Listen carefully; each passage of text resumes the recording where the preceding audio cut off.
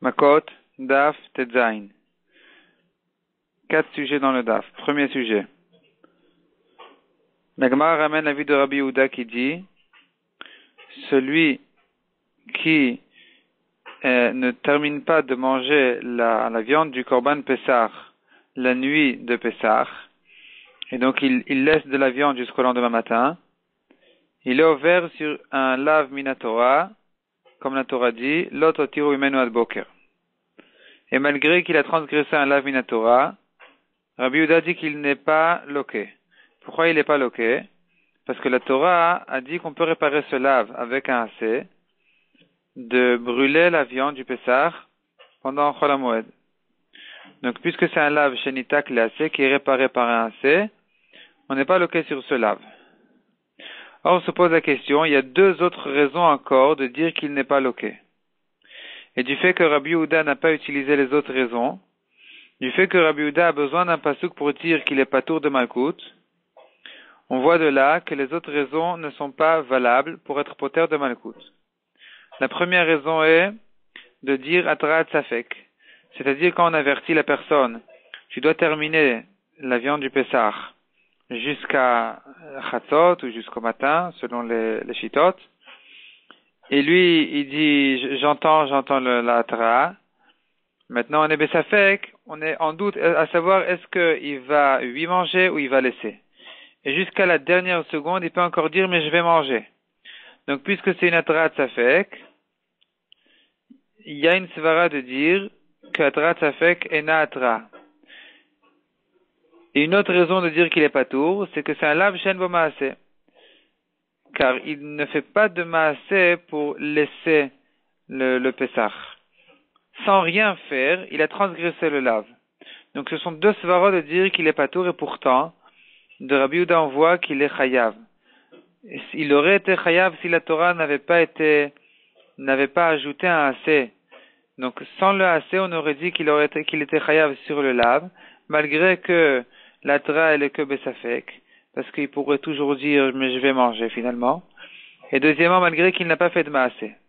Donc d'après Rabbi Yehuda, on voit que tra tzafek shmatra et que lav shen bo maaseh lokim alav. Ça c'est l'avis de Rabbi Yehuda. Viennent la moraim Rabbi Yochanan et Resh Lakish, et chacun d'entre eux a pris la preuve de Rabbi Yehuda sur une des deux svarot pour dire qu'on n'est pas loqué.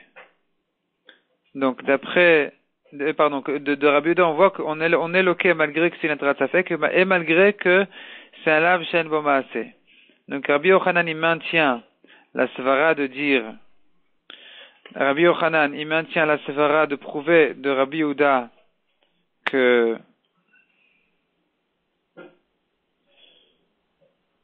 lav shen bo maaseh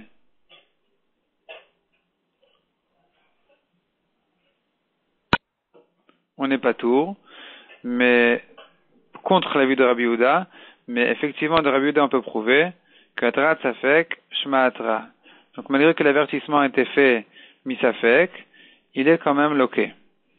Or, Rabbi Yochanan pense, à propos de la deuxième svara, que lav shen bo maaseh, contre l'avis de Rabbi Yehuda, mais comme l'avis de Rabbi Yehuda au nom de son Rav Rabbi Yossi Aglili, qui dit que lav shen bo maaseh patour.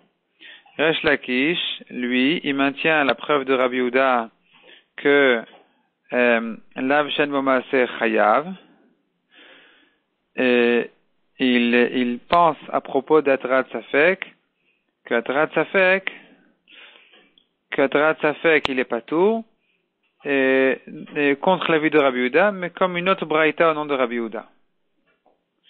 Deuxième sujet du Daf. La Torah dit,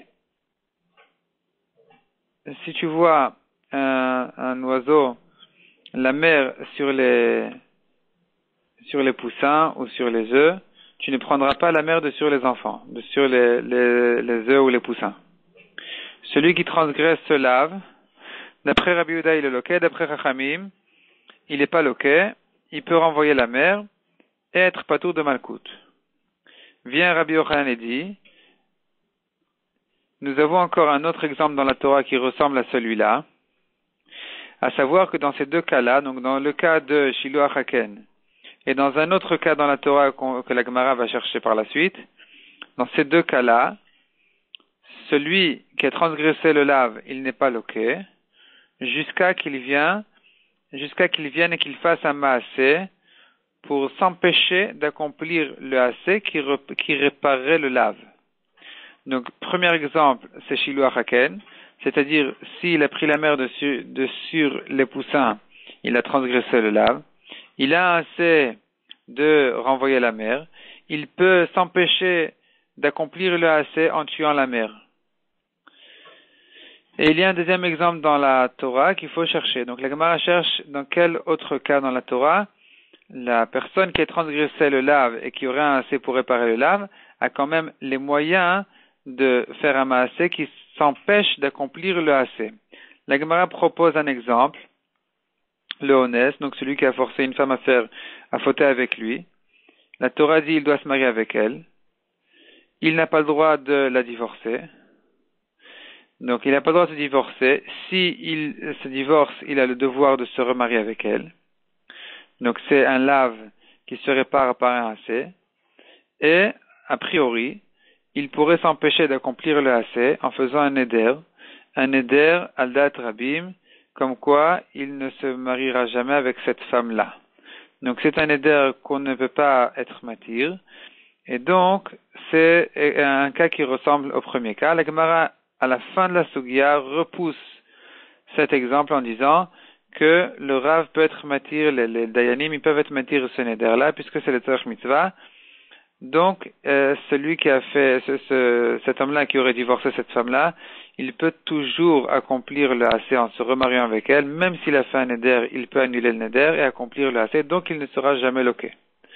Autre exemple, c'est le vol. Celui qui a volé, il a transgressé un lave. Il a le devoir de rendre l'objet volé à la personne qui a été volée. Donc il a un assez qui répare le lave. Il peut brûler l'objet et donc s'empêcher d'accomplir le assez.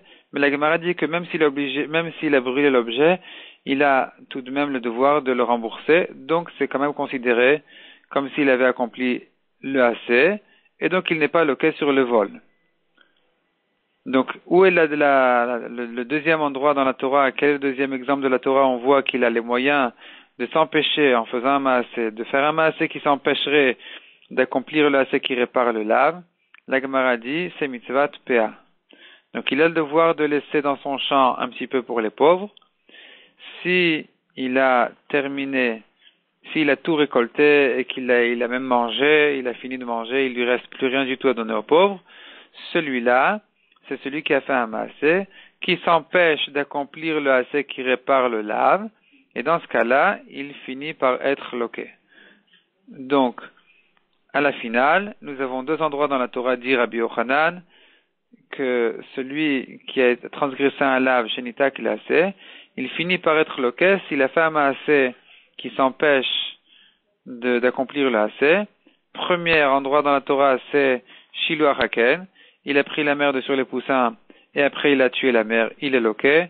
Deuxième endroit, deuxième exemple, c'est celui qui a terminé la PA, il ne l'a pas laissé aux pauvres, eh bien lui aussi il est loqué. Troisième sujet du DAF. Ici la Gemara traite un peu les ilchot shratim. Les insectes, celui qui a mangé un insecte, il est chayav malkout. La Gemara précise, si c'est un insecte qui grandit dans l'eau, eh bien, il transgresse 4 lavim, donc il est chayav 4 fois 39 malkouyot, 39 coups.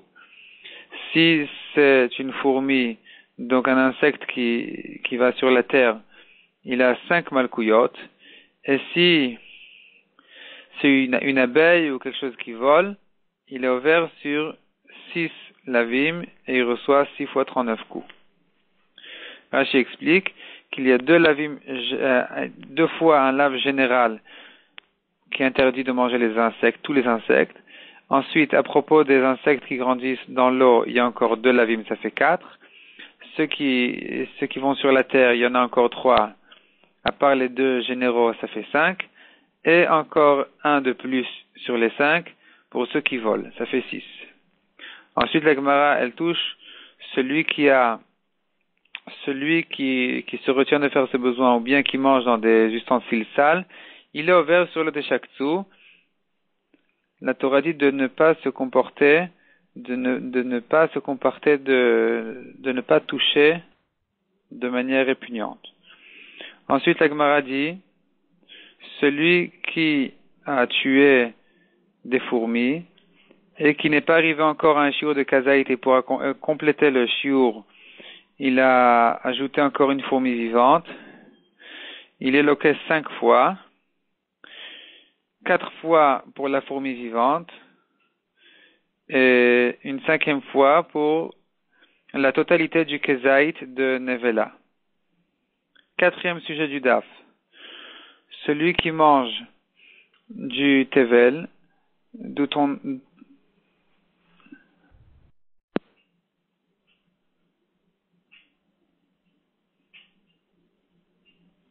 celui qui mange du tevel, d'où on n'a pas prélevé le maaser ani, donc même si on a donné au Kohen la Tourma et au Lévi le maaser, mais pas au ani le maaser, il est quand même chayav malkout pour le tevel qu'il a mangé. Et la Gemara veut dire que tous les Tanaïm sont d'accord, ils sont bien d'accord avec ça. Simplement, celui qui a acheté dans Hamaharetz, il y a une autre marloquette entre les Tanaïm, à savoir, est-ce qu'il doit craindre que le Hamaharetz n'a pas prélevé même le maaser ani, ou bien, et donc, s'il doit craindre ça, il doit lui-même le prélever, ou bien, il n'a pas à craindre, le Hamaharetz a certainement prélevé le maaser ani même sans le lui donner, puisque en prélevant le maaser ani, c'est suffisant pour être matir toute la récolte, même sans la donner au ani, au pauvre. Et donc celui qui achète un Hamaharetz, il n'a pas besoin de prélever le maaser ani.